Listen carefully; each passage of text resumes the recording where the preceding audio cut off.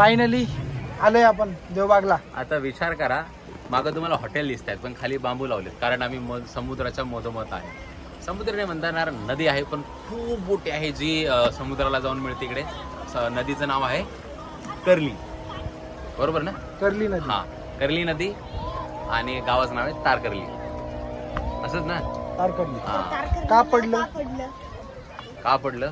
कारण curly curly तार तार म्हणून तारकर्ली. ते ऍक्च्युली तसं नाही ते.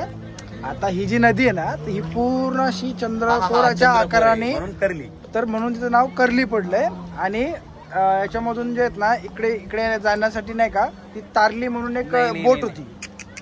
कर्ली म्हणजे चंद्राचे आकार, आणि तार याच्यासाठी लावलं की ह्या नदीचं पाणी जेव्हा लुकलुकना तारा असतो ज्याला आपण म्हणतो, तार जी आहे ना, ती पूर्ण ट्रान्सपोर्ट साठी जी एक नाव असते ना, ती नावसाठी उपयोग होणारी त्याला तारली आणि कर्ली, कर्ली नदीमधून ट्रान्सपोर्ट व्हायचं म्हणून त्याला तार कर्ली असं नाव पडलेलं, त्या बीचचं नाव आहे. त्यांनी असं सांगितलं आम्हाला.